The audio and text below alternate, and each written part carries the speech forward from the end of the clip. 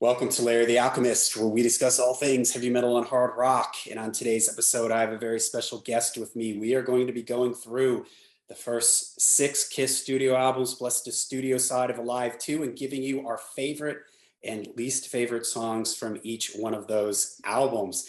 So to help me with this monumental task, I had to bring in a diehard card-carrying Kiss Army member fan, and you wanted the best, you got it. We've got here Butch Balich here to join us for this task. So Butch, thank you for joining us here again at the Lair. Thanks for having me. Always fun catching up with you too. Yep, and you may remember Butch. He was here for our Kiss deep cuts way back. I think that might have been your first video with us here. He was on a Metal Jeopardy. We did a doom metal special with him. So he's no stranger here at the Lair, and it's nice to have you back here. Okay, Kiss. All right, I say this every time I do these favorite, least favorite videos, is that going through these records, these are our favorite and least favorite. Doesn't mean that the least favorite song is a song that we hate. Could be. If it is, I'll let you know. Butch will let you know. But I always have people coming at me like, how could you hate that X, Y, or Z song? And it's not that. It's just that when you're going through these records, we wanted to pick our favorite, and we wanted to pick our least favorite. So our least favorite could still be a song that we really, really like. It's just in the context of the record, it's our least favorite on that particular album. So right. Okay, are you ready? I'm ready. All right, I'm going to let you kick it off then. What do you got for your favorite and least favorites from the first Kiss album? All right. Well, first of all, I love 70s Kiss more than any other era. And I do love most of these records, pretty much top to bottom, the first album being no exception. I think I'm one of the only kids on my block that loves Kissin' Time. But as far as my favorite song from that record, it's long been, and I keep coming back to it. There's times I want to say 100,000 years, but Black Diamond has been my favorite since I was a kid. It's got like almost an epicness to it. And I'm a sucker for songs that start soft, get heavy, and it's got those moody dynamics in it. And I love that, the guitar, that kind of, where that guitar solo part breaks down, like just the slow end, like the chords there while Ace is playing over top. And, Peter's voice is great on it. And I love the way, I just love the way that it transitions from the slow part with Paul. And then it's just so heavy and almost majestic. And so Black Diamond is my favorite.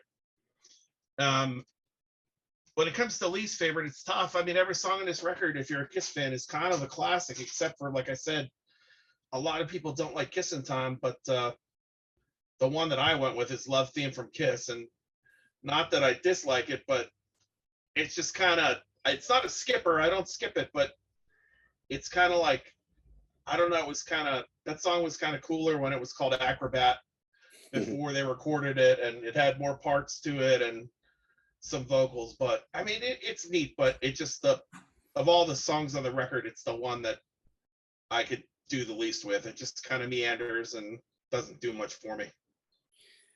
Okay, well, we're starting off the same here. My favorite is Black Diamond for all the reasons you said. It has an epic quality to it. I like Kiss more around the Alive 1, Alive era, when they were a little heavier, a little darker in image and in sound. And I kind of wish they could have stuck with that sound a little bit more, and Black Diamond is a good example of that. I like the picked guitar thing at the beginning.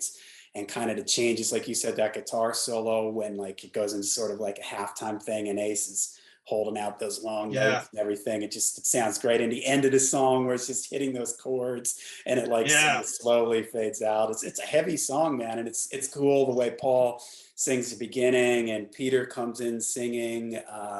There's that video of them from really early on playing this. I don't know if it's live or if it's like a in the studio type of staged type of thing. And, it just looks so cool, man, with, Peter, when he kicks in and he's singing it. It's kind of a cool thing about Kiss that I always liked, that each one of the guys sang, and it was very Beatles like, your Yeah.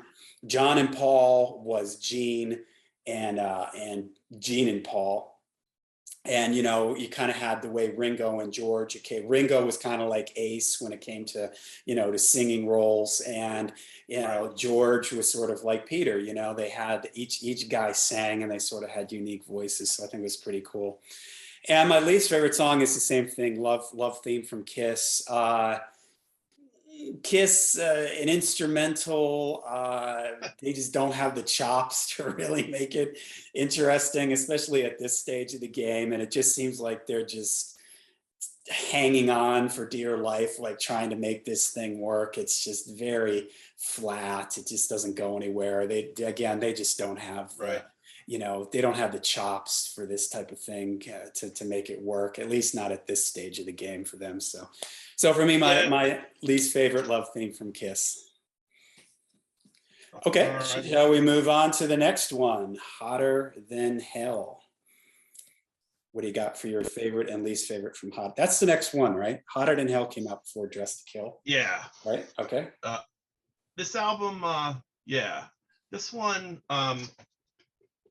oftentimes I've cited it over the years as my favorite.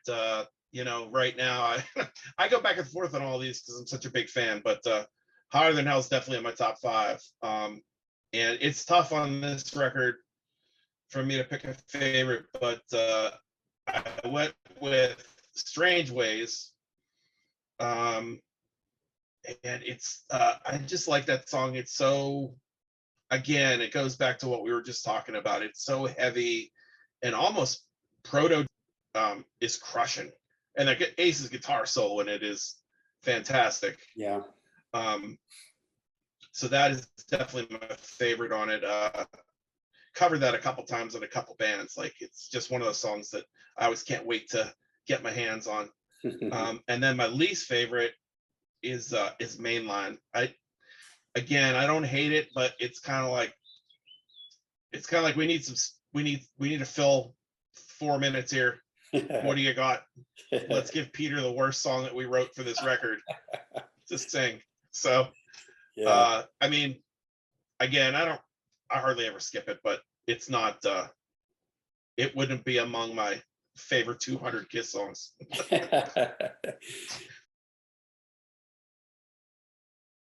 Okay, Hotter Than Hell for me. My favorite, I almost went with Strange Ways, because you're right, it does have kind of like a doomy quality, and it makes sense. Me and you are big doom metal fans. Yeah. Almost went with Strange Ways because I do really like that song, but I've always loved Going Blind. Gene's bass line in it. I love the way it sort of shifts between a major and a minor key. Like, the verse part is in a major key, and Gene's melody line is just really cool. I love his vocals on it, and I love sort of the lyrics of it and everything. I just think it's a really cool song. It's got a really awesome feel to it, and the chorus is really great. So I went with Going Blind, and my least favorite from Hotter Than Hell is the same as you, Mainline. Hotter Than Hell is my favorite out of these first three Kiss records. But Mainline just comes up short for me. It just kind of sounds kind of stock, like it was just, like you said, they needed to fill 3.5 minutes, and they take Peter, you sing it, and they just threw this out there. It's just a real kind of, doesn't It's jump like a out bar at me. band song or something. Yeah, exactly. It's just kind of there. So, all right, we are on Dress to Kill. What do you got for your favorite and least favorite from Dress to Kill? Again, I love this record, and this is the one that goes toe to toe with my favorite album by them, which we'll get to. But again, like, I really do love every song in this record. It's actually long been something that I want to do one of these days, is perform the whole thing. I'd love to cover the whole thing and play it live, just because it's just a great record. Come On and Love Me is my favorite song on it. Now, I do, like with most of these first three records, I like the version on Alive a lot better. But it's such a good song. I mean, I love the the lyrics to them. I mean, I know they border, if not aren't completely cheesy, but there's just something about that the song. I love the melody line. I love that little guitar um, lead at the beginning, and I just honestly love everything about that song. It's definitely it's among my top 2 or 3 Kiss songs ever. Tremendous song. Again, and like I said, I love the lyrics, especially the second verse of that song. Awesome song. But and there's so many to pick from. I mean, I could have gone She, Love Her All I Can. Those are great. My least favorite on that record though is Ladies in Waiting. Again, I like it, but it's like it comes right after Room Service and Two Timer, which are, again, I love those songs. And Ladies in Waiting is kind of just like, it's a little bit of a letdown for me. It's really the only one on the record where I'm like, I was looking at the track list and I'm like, which one of these would I pick? And I'm like, I can't, as I go through, I can't pick that one, can't pick that one.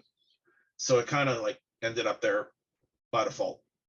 But it's just kind of like, again, it's kind of like a basic, I don't know. There's just nothing special about it. I know they played it live though at one point. I don't know why they picked that one, but there you have it. Okay, for me, it is She is my favorite song from here, just because of the heaviness of it, that main riff, especially the Alive version of it. Like I agree with you. I pretty much like all these songs. I think sound much better on Alive than they do on the studio versions. But this is heavy. I like the main riff in it. I like sort of that breakdown part of dum, dum, dum, Yeah. and then the way Ace's guitar comes in. That's a really cool Ace. Yeah, it's a really cool Ace solo. So, and then my least favorite is Getaway. It's kind of like mainline a little bit. It just feels like some of these are. I mean, Kiss always had this sort of almost 50s rock thing to some of the things that they did. And sometimes those things feel a little throwaway to me. I always prefer them when they're doing heavier stuff like She or Going Blind or Black Diamond, the ones that I picked. Parasite. Parasite. Right, exactly. That's another example of one that almost made my list really, really heavy. So, okay, we are now on Destroyer. Yes. Selling Destroyer. I'm curious to hear your favorite and least favorite from this one. Well, that is actually my favorite Kiss album of all time. I keep coming back to it. Other studio albums have bumped it from time to time over the years, but I always come back to it. It's the first thing I owned by them on 8-track. Wow. Grandmother bought it for me when I was 5. And favorite song on this record is Detroit Rock City. It's one of those songs, like, I know it's ubiquitous and they play it on the radio and they play it every show, but I never, ever, ever get tired of it. Like, it just is an amazing song. I think it's them at their peak in terms of songwriting, and the way they do it on Destroyer too, like the whole little concept at the beginning with the dude getting up and having his breakfast, and the radio in the back is, the news is going, and then I just like all of that, just the way it builds into the song, and then and it was always such a powerful opener, and I like it better as an opener than a show closer, but so great live. And so that's definitely my favorite. I love that song to death. One of my favorite hard rock songs ever, favorite song by them of all time, unbelievable song. And least favorite is Beth. And I mean, again, it's just hard for me to pick one that I actually love Great Expectations. So a lot of people hate that song, and when I'm like looking at the track list, I'm like, well, I actually love that song, and I couldn't pick any of the other ones. I love all the other ones. Sweet Pain, all the kind of like off tracks that you don't hear about much. Like Sweet Pain is one of my favorites, and Hmm. I love Flamin' Youth, even though it's got that, quirky, Yeah. like the circus, the circus sounding instrument in it. And but I like Beth, but if I don't ever hear it again the rest of my life, I'm cool. Uh, Again, I don't skip it, but I'm just saying that of all the songs on this record, it's the one that, again, I could just live without it.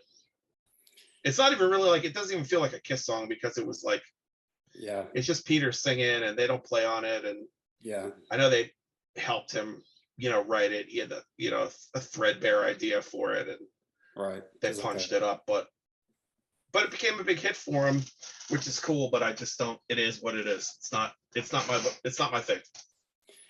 all right. Well, Destroyer is my favorite Kiss album also. I like albums that are well produced and that have a lot of what I call ear candy, like you can put headphones on and you can hear lots of stuff going on.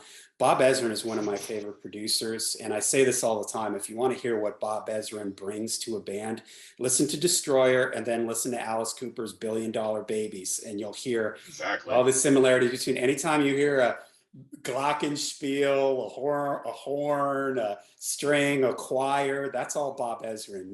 That's what he brings. You hear that all over Billion Dollar Babies. You hear that all over Destroyer. I'm glad you didn't pick Great Expectations. I thought you were going to pick that because that's usually the one that everybody picks that they don't like. I love that song. I think it's great. I love it. I think it builds fantastic. I think Gene's vocal delivery and his personality totally fits that song. I think it's great. I love there's even like a little that melody that they play at the beginning is quoted from a Beethoven piano sonata, Yeah, which I think I is really love that cool. Ezra wove that in there. It's like Yeah. and I didn't even realize it until I was watching an episode of Charlie Brown, and Schroeder is playing it on the piano. I'm like, holy Dun, crap! I said, dun, I've dun, heard that before, dun, but that's Great dun. Expectations. Yeah, yeah. No, it's just great, man. And it's a very well written, this is Bob Ezrin again. There's this really nice key change towards the end. There's all this orchestration that it just keeps building as the song goes on. So I'm glad you didn't pick that as your least favorite. Now, that didn't make it as my favorite. What did make it as my favorite, I almost went with Detroit Rock City because I agree with everything that you said about it, but I've always had a spot for King of the Nighttime World. The way Great song. Detroit Rock City goes into King of the Nighttime World, Yeah, it's just so cool. That sustained like those notes, and then when it kicks in, yeah, and it's such a good like Detroit Rock City is a perfect show opener. The way it opened alive too, and then King of the Nighttime World. It's just a great 1-2 punch, to start a yeah. record or to start a live show. It's just fantastic. I love it. I think the chorus in it is great. All right, my least favorite is the same as you. It's Beth. When I was like 8 years old, I kind of liked Beth because it was a song that I remember my mom being like, "Oh, that's a nice song. Why can't all the Yeah. songs on this record be like that?" But it has not aged well for me. I have trouble listening to Peter sing it. Like his voice is flat a lot of times when he's trying to reach. Mhm. So he's just reaching for some of those notes, and it's real. It just doesn't work for me. It's so sappy. It's so over the top. And you could say the same thing about Great Expectations, but Great Expectations is like Gene, it's almost like written for Gene's personality. Yeah. You see me say, I wondered if it was you. It's like it's just totally Gene. It's like a song written for Gene, and so he sells it. And the dramaticness of that song, it's almost campy in a lot of ways, but it works. When the kids choir, Yeah. God great, it's very campy, but it works. All right. Patience. Whereas Beth Yeah. for me is just like, oh my goodness, man. It's just like all these strings, and it's just so syrupy and over the top that it just doesn't work for me anymore. I'm the same as you. If I never hear that song again, I'd be perfectly fine. To Okay. your point about Ezra, sorry, No, I go didn't mean ahead. to cut you off, but Ezra, as far as production goes, the thing I like that he did on this record best is that in Detroit Rock City, for years I never knew that the chords in that song, like when they ring out, it has this feel to it that I hadn't heard on, you know, it's like this thick. I don't even know how to describe it, but it's like it sounds so different compared to like a lot of other things, especially that they did, obviously. But for years I wondered how he did that. I didn't know if it was just guitars but it turns out he took a grand piano and they doubled the chords Mm. using the piano, and that caused that. It's that whole sound on the da, da, da, Yeah, da. he does that a lot on this record, like in "Shout It Out Loud," shout it out, down, down, Yeah, down, down, down, down. That's just low notes on the piano, doubling the guitar and the bass, and it gives it this like, bigger sort of thicker sound. That yeah, yeah, I love what he did with the record. I know it when it came out, it went over like a like a fart in church at first. Like the record was stiffing, and until the DJ flipped Detroit Rock City and Beth became a hit. But it stood the test of time. How many songs from this record are still in their set list? So go absolutely. figure. I wish he had hung around for more records. But with I that know. said, I do like Rock and Roll Over, and I do think the production, they kind of returned to a simpler sound on here, but it does work on this record. So what's your favorite and least favorite from Rock and Roll Over? My favorite on this song and is "I Want You," and again we come back to the light and dark and the soft to heavy thing. But I just love the song. Paul has a rare guitar solo in it, and it's one I've loved through all for years. It's funny. This song was one of the first ones I actually remember hearing by Kiss. A kid a couple doors down from me when I was growing up in Whitehall, he had this record, and we used to play this song incessantly. But he'd put the needle on the record, and when it would come to the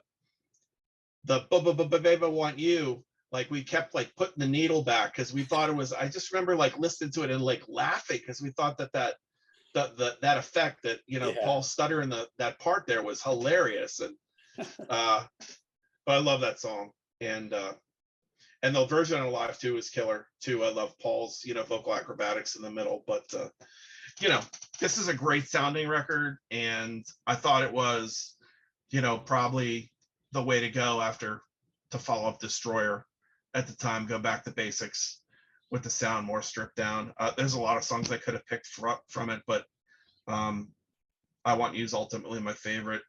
My least favorite is See You in Your Dreams. I don't know. It's really the only one that I'm kind of like, I mean, most of the other songs I like on the record. I love Baby Driver, like Mr. Speed, like again, I like all the hits from the record, and even Hard Luck Woman, like I like See You in Your Dreams, just, I don't know, just one of those Gene songs that, or Gene would, is usually good for a clunker. Every record or so, there's one that's like, it feels like he just tossed it off in a couple minutes, and I don't know. That one just never did it for me. okay. All right, for me, my favorite, I went with this for sentimental reasons because this was the first single. I bought a 7-inch single with my own money. It was the first like piece of music I ever bought with my own money, and it was Dr. Love, Calling Dr. Love. Nice. So I don't remember if that was the A side or the B side. I just remember it was in a paper sleeve. It was like $1.50 somewhere, and my parents let me buy this with my money for cleaning up my room or whatever, Yeah. doing mowing the lawn or whatever. So it has, sort of sentimental, value to me. And I distinctly remember bringing friends over my house to listen to this. And, I had some friends that had older brothers, and they would tell stories about Kiss. I was telling you off camera, and I've told this story here on the channel. I had a neighbor that was a teenager that was always playing drums along to Kiss records. So a lot of people were talking about Kiss where I was, and if you had Yeah. an older brother, that was like, oh yeah, so-and-so's got an older brother. And he said that, this is what Kiss does live. And this is, because this is way before the internet, even we were too young to be reading magazines at that point. And I remember there was a Right. spot in Calling Dr. Love where he does this thing where he goes, ha, like he just makes this Yeah. sound, right? And I remember my friends sitting around and the one kid saying, yeah, my brother told me that that's a spot in the song where he spits blood. So every time I hear that song, I think of that. I think of it, you know, you're 7 years old or something, and you're like, all right, well, he's got a 14-year-old brother. He has to know Yeah, what he he's must talking know. about. He must know. So yeah, Calling Dr. Love always had sort of sentimental memories for me. All right, my least favorite, which this is kind of funny because I picked this as my deep cut when we did our deep cut episode, and is Baby Driver. And as I was just sort of going through the album and just listening to the songs, I was like, you know what, this, and it's not that I don't like it, but it just doesn't hold up next to a lot of the other things on Yeah, here. I think there's a lot of strong songs on here, and that one just kind of doesn't hold up quite as well for me. So, Baby Driver. yeah. That's a like we said earlier. That's another one of those ones that are like, you know, Peter's complaining again. He's going to quit the band if we don't give him something to sing. Throw him this one, and you got Hard Luck Woman too. But I've always liked that song, but I don't know. It Early on it wasn't like a big favorite, but I could see that it is kind of a throwaway, but I love it anyway. I don't know. I mean, again, I'm a Kiss apologist, so Yeah. All right. Well, here we go. We're it's the last studio album here in this sort of original run, and it is Love Gun. Couldn't find my vinyl copy of Love Gun. So, but we are on Love Gun. What is your pick? What's your picks for Love Gun? man, it's tough because initially I was gonna go with Shock Me from this guy right here. Yeah. And it really is one of my favorite songs on that record. But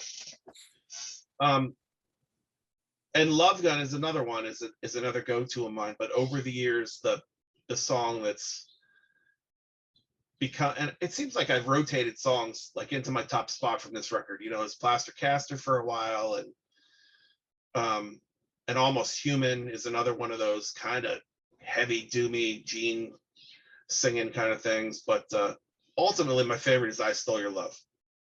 I just love the energy of that one. Again, another song that if you watch old videos of them live, a great opening song. I love Paul's vocal on it.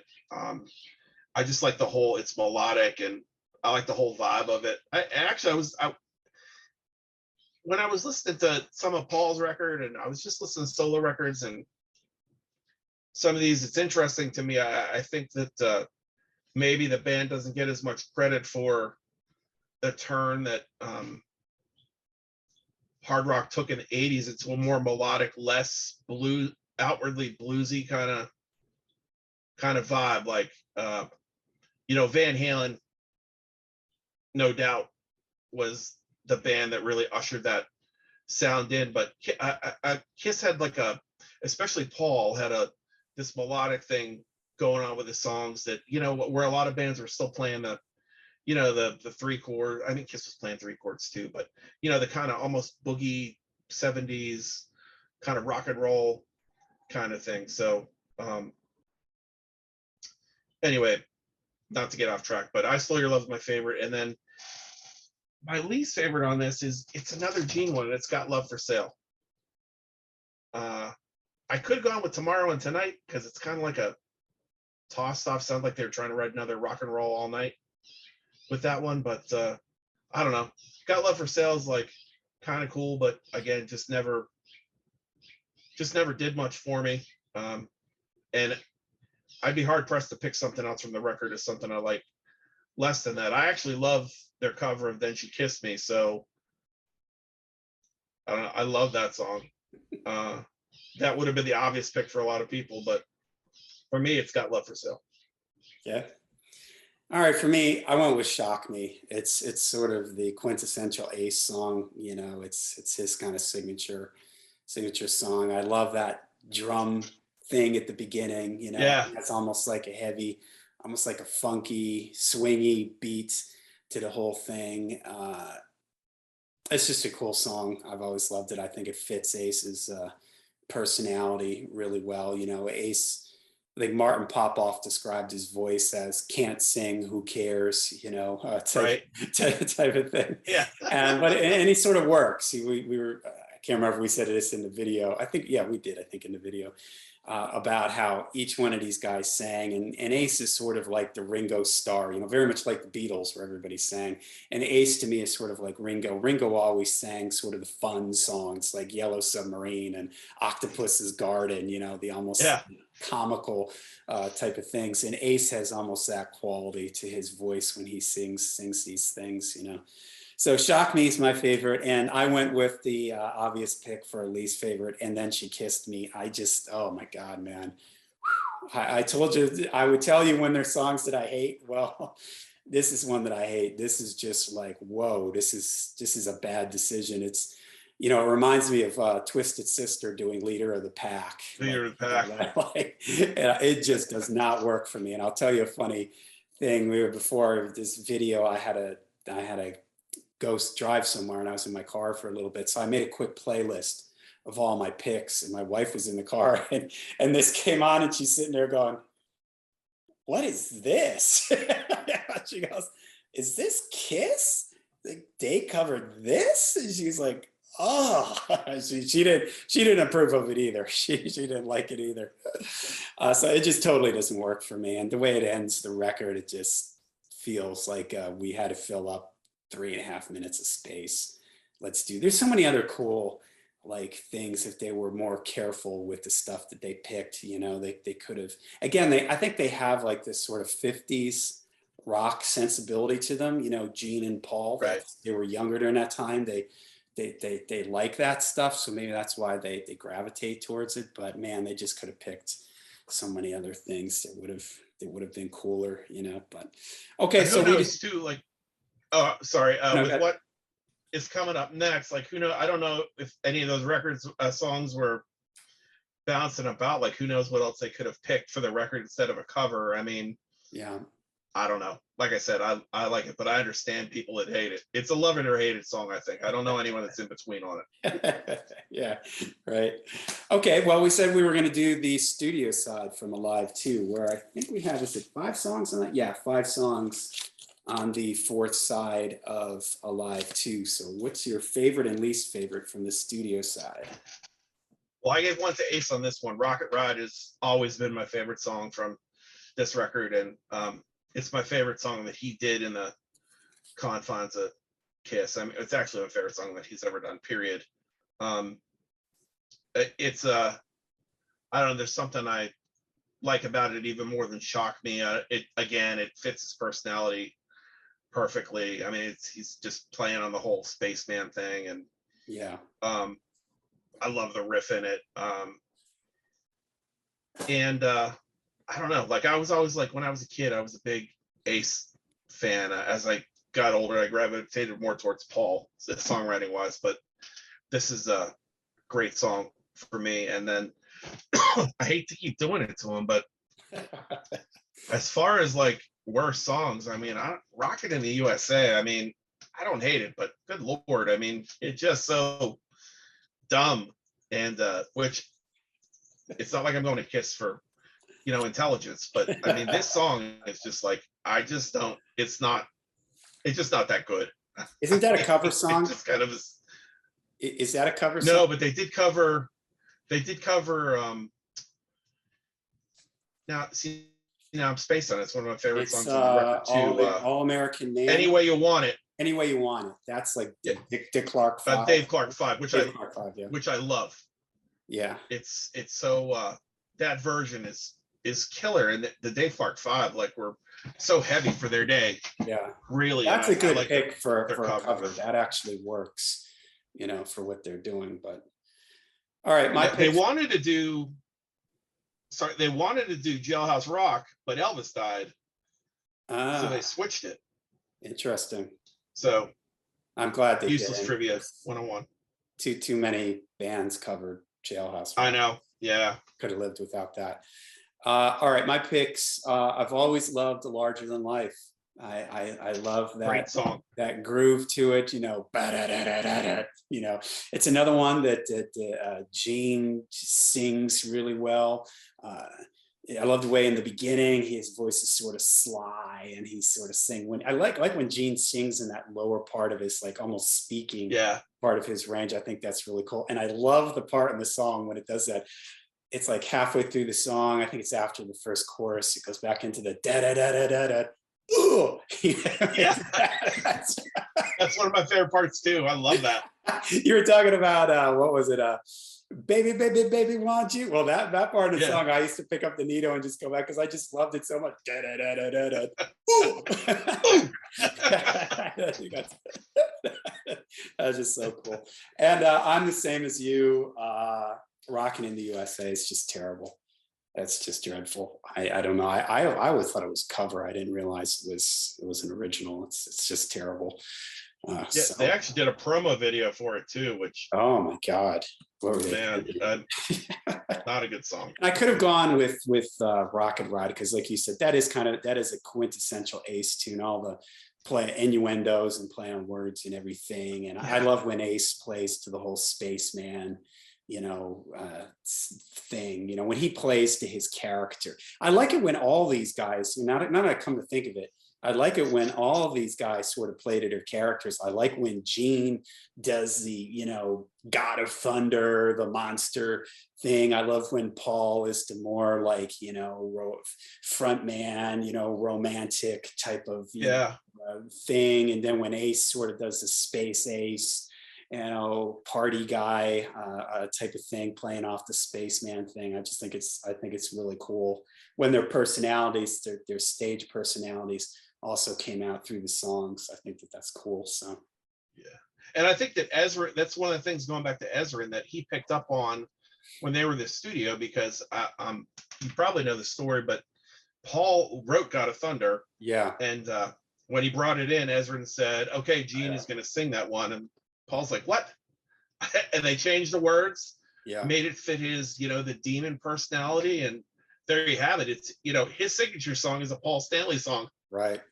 Exactly. That's right. Great song. Yeah. But perfect typecasting for that, for that song. Yeah.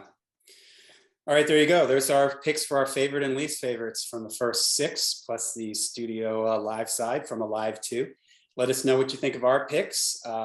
Leave some comments down below what your picks would be from these records. We got a part 2 coming up here. Butch is going to be rejoining me. And so make sure you keep your eyes peeled for when that comes out. We're going to take it out the rest of the makeup era. So look, and the solo albums. We're going to do the solo albums too, our favorites and least favorites from those. So make sure you keep an eye out for that video. I'd like to thank Butch for joining me here at The Lair again. Thanks, Sean. And till we see you again, sure you stay heavy, stay metal.